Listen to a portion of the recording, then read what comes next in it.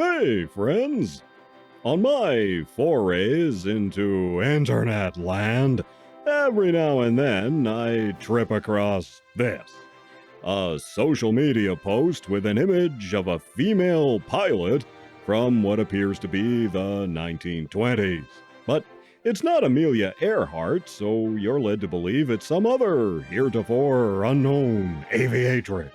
A stunning and brave pioneer of her time, blazing a trail in a male-dominated world for women's rights. Only, it's not. This is actually a picture of Katherine Hepburn. These publicity photos came from a film she made early in her career. In fact, only her second picture. And the movie we're talking about this time. Namely, Christopher Strong from 1933. Man, Twitter's gonna hate this one.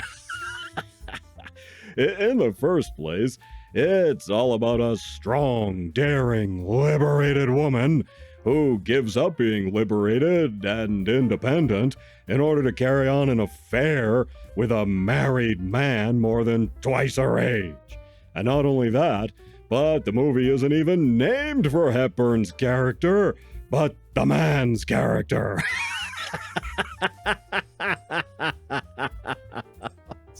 and the man's wife is resigned to the affair and won't leave him. Yeah, no Twitter love for this one. So what we have here is a case of the kids on social media posting a thing they know nothing about except superficially, and it turns out not to be what they thought it was. You know, like virtually everything they post. For the adults in the room, our story goes like this. Christopher Strong is a happily married man in a big wheel in the British government, while Lady Cynthia Darrington is a daring, record-breaking aviatrix. When Strong's daughter Monica drags him off to a scavenger hunt party, Strong and Darrington are thrown together by circumstance. Darrington and Monica become friends, and soon, Strong and Darrington are always in each other's company. While discussing Monica's problems, Darrington wears this incredible costume for a masquerade party. She's supposed to be a moth, I guess. Darrington and Strong realize they want to get to some serious boinking, but resist the urge to have makeouts, and they try to break things off.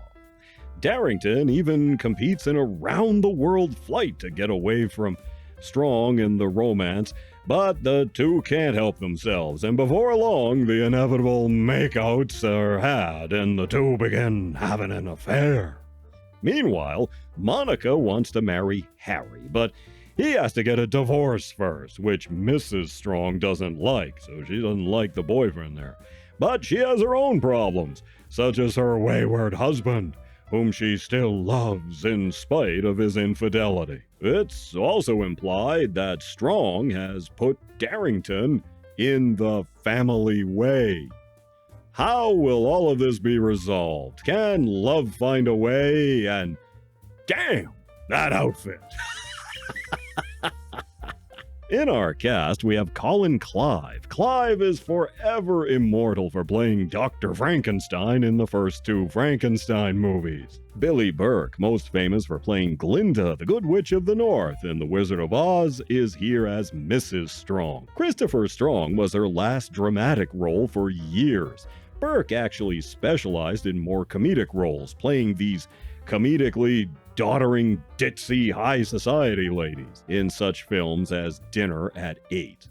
Helen Chandler plays the daughter, Monica Strong. She was Mina in the original Dracula from 1931. Ralph Forbes plays Monica's boyfriend. He was Sir Hugo Baskerville in the 1939 version of The Hound of the Baskervilles, the first in the famous series of Sherlock Holmes movies starring Basil Rathbone and Nigel Bruce. Jack LaRue briefly appears as a Latin lover type. He played mostly villains and other assorted baddies in his career. And if you look fast, you'll spot future star Margaret Lindsay as an autograph seeker. She was in Jezebel with Bette Davis and many other things. She was also a regular in a series of Ellery Queen mystery movies in the 1940s. Fun fact, this life preserver was recycled from another production underway at RKO at the time, King Kong. The SS Venture was the ship that carries the film crew and Fay Wray to Skull Island.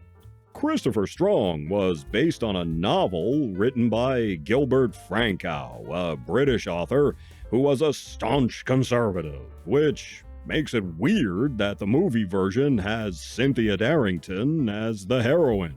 I haven't read the book, so maybe it's actually about Strong and not Darrington. Who knows? Hollywood movies almost never follow the books, do they? Regardless, believe it or not, it looks as if the filmmakers actually did some research. Obviously, Cynthia Darrington is a riff on Amelia Earhart, and the plane lady Cynthia flies is a Lockheed Vega Model 5, a similar plane to the one flown by Earhart herself.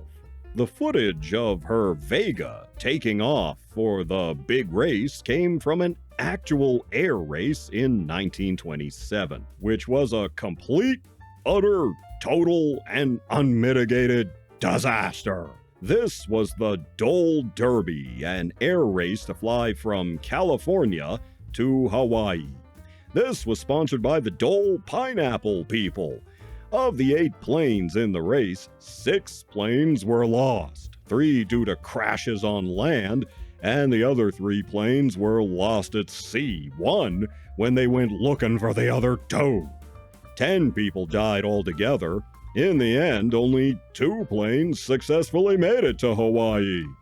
The Vega we see in the stock footage was named the Golden Eagle, and it was one of the planes lost at sea.